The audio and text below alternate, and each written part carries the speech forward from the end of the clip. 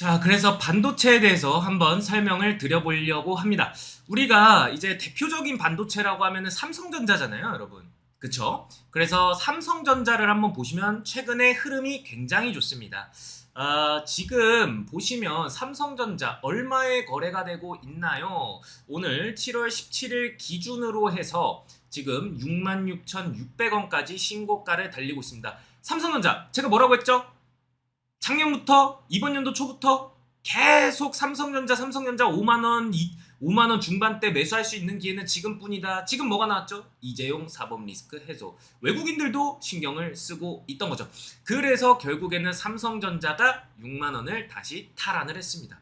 저는 있잖아요. 삼성전자 제 말을 듣고서 매수하신 분들이 계시다면 저는 77,000원 부근에서는 매도를 해주시는 게 괜찮을 것 같다고 말씀을 드려요. 왜냐면 여기서 엄청난 매물대가 많이 쌓여 있을 거거든요. 근데 매물대가 한마디로 쉽게 정리해서 여기에 물려있는 사람들이 굉장히 많을 거다. 77,000원 부근에 굉장히 많을 거다. 그래서 77,000원 부근에서 매도를 해주시는 것도 괜찮다라고 좀 말씀을 드리고 싶습니다. 그래서 77,000원 부근에서 여러분들이 매도를 해주실 수 있으면 저는 매도를 해주셨으면 좋겠습니다.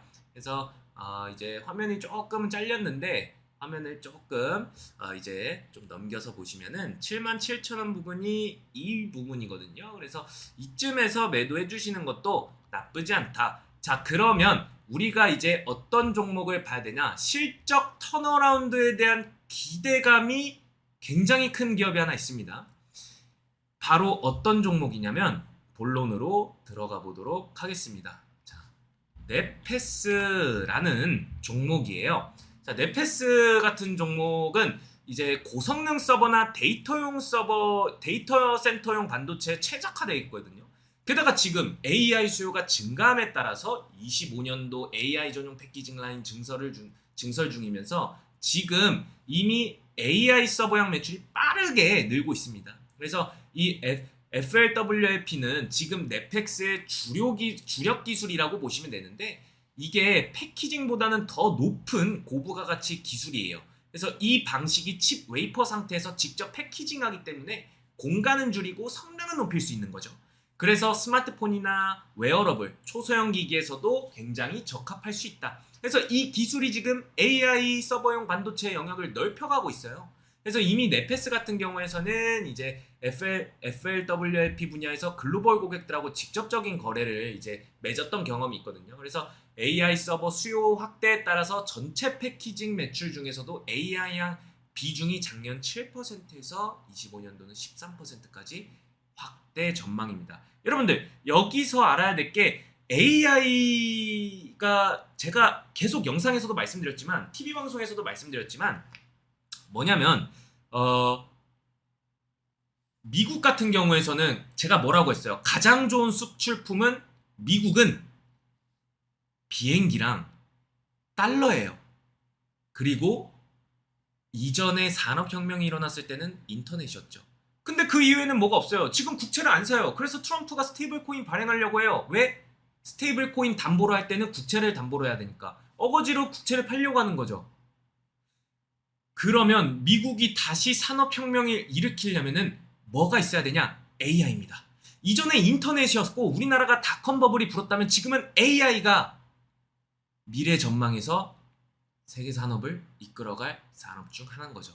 자, 그래서 왜 근데 넷패스를 갖고 왔나요? 결국에는 AI 시장에서 이런 기술력을 수요가 증가함에 따라서 넷패스가 수혜를 볼 수 있는 거죠. 자, 그래서 지금 19년도 우리나라 최초 PLP 이게 뭐냐면은 패널 레벨 패키징이라고 하는 기술입니다. 여기다가 대규모 투자를 했었거든요.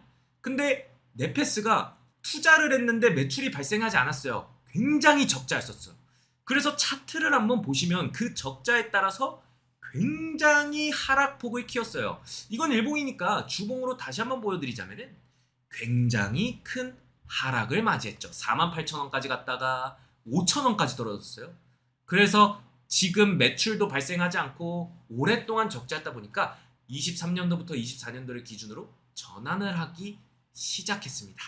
자, 그게 전환점이 바로 이 패널 레벨 패키징, PLP라고 부를게요. PLP 사업을 중단을 하면서 적자 사업을 정리를 해버린 거예요.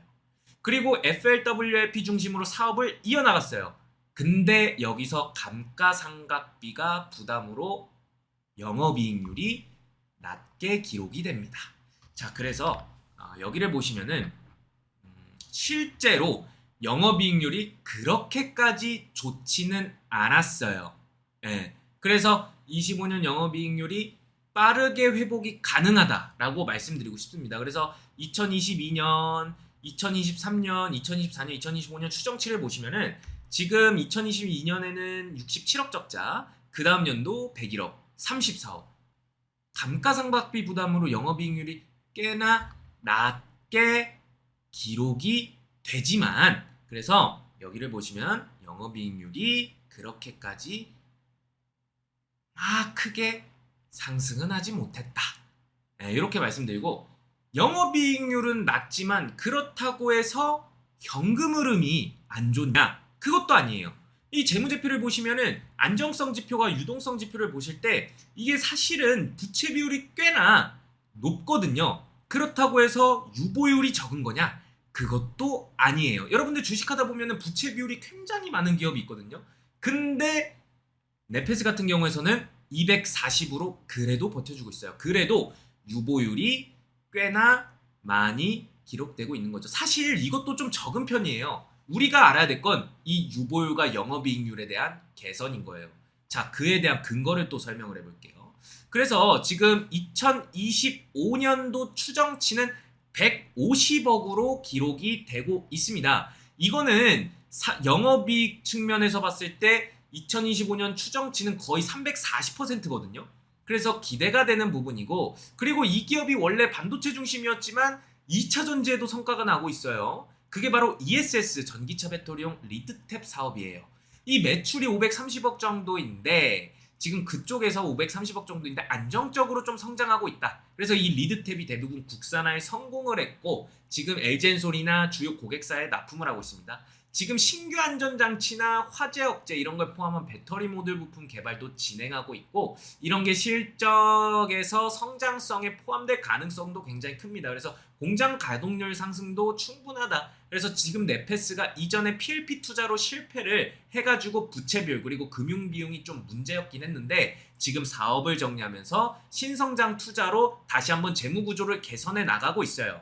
그래서 2024년 이자 발생 부채 측면에서도 3,700억 그리고 금융비용 200억 정도가 있었는데 영업 현금 흐름이 안정적이면서 흑자 전환해주고 부채 비율 개선 가능성도 있습니다. 그래서 25년도부터는 실적 개선 이게 주가의 반등으로도 이어질 수 있는 거거든요. 그렇게 되면 신용 회복도 좀 기대를 해볼 수 있는데 차트를 한번 같이 보시겠습니다. 자, 주봉 먼저 보실게요. 자, 그래서 여기 보시면은 3월달 측면에서는 반도체 소부장 쪽으로 그나마 상승세를 좀 보였지만 그 뒤로 부진했죠. 왜? 대통령이 교체되고 정책주들로 돈이 빨려 들어갔어요. 근데 제가 이전 영상에서 뭐라고 했죠? 새로운 정책이 나오기 전까지는 사실상 우리나라는 수출 국가이기 때문에 반도체, 철강, 자동차 이런 쪽이 좋아야 돼요. 결국에는 우리나라가 성장성 측면에서 봤을 때는 반도체가 전통적으로 많이 올라줘야 되는데 지금 이게 3월달 측면에는 신호가 나왔다가 그대로 쭉 밀려버립니다. 대부분 반도체주들이 이러긴 했었어요. 하지만 최근부터 다시 한번 매수 신호가 나오면서 올라가고 있죠. 그래서 지금 이 시가를 버텨주면서 지금 위에서 계속 부딪히고 떨어지고 있는데 주봉으로 봤을 때는 11% 정도 상승하고 있죠. 화면이 잘 안 보였으니까 이 부분은 자르고 다시 한번 보여드릴게요. 자, 그래서 지금 최근에 보시면 지금 다시 한번 매수 신호가 나와주면서 동시에 뭐가 생기고 있죠?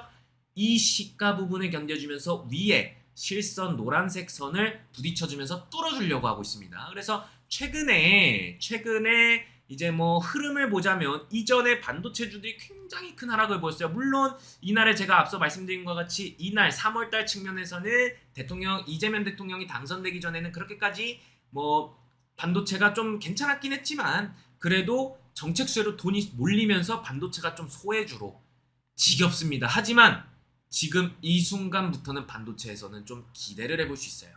물론 두산 에너빌리티나 원전 관련해서도 좋긴 하지만 저는 정책 관련해서 스테이블 코인이라던가 지역 화폐 통틀어서 여러분들께 말씀드렸던 게 뭐냐면은 이게 이슈화되기 전에 늘 먼저 드렸었어요.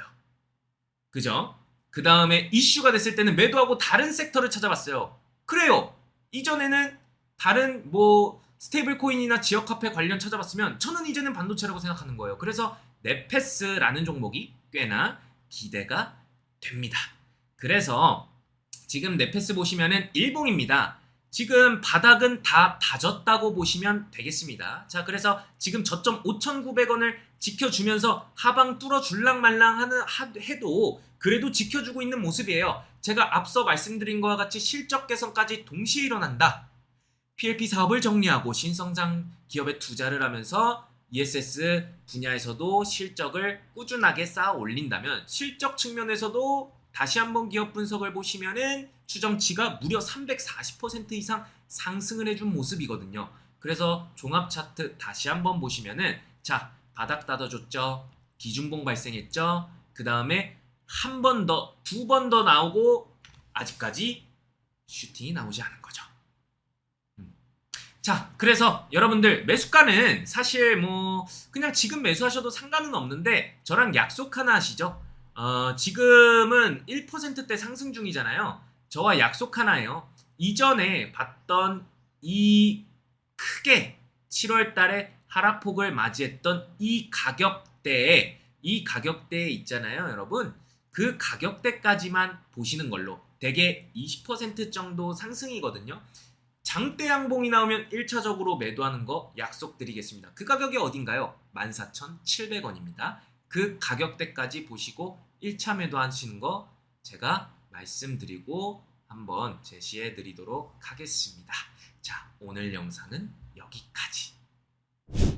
자, 여러분들 아직도 무료 정보망 참여 못하신 분들을 위해서 한번 영상 드리겠습니다. 자, 지금 무료 정보방에서는 어떤 이야기가 오고 가나요? 물론 여러분들 시장에 대한 이야기를 먼저 드리고 이렇게 종목도 하나하나씩 드려요. 여기서 보시면 세아 메카닉 같은 경우에서는 지금 45%인데 이때도 2차 전지나 뭐 이런 거 나오기 전부터 좀 이슈가 되기 전부터 드렸던 거거든요. 자동차 관련해서. 그래서 지금 세아 메카닉 같은 경우에서는 이슈가 먼저 나오기 전에 드렸었다. 근데 아마 우리 무료 정보방 가족분들은 의아했을 거예요. 지금 세아 메카닉을 준다고?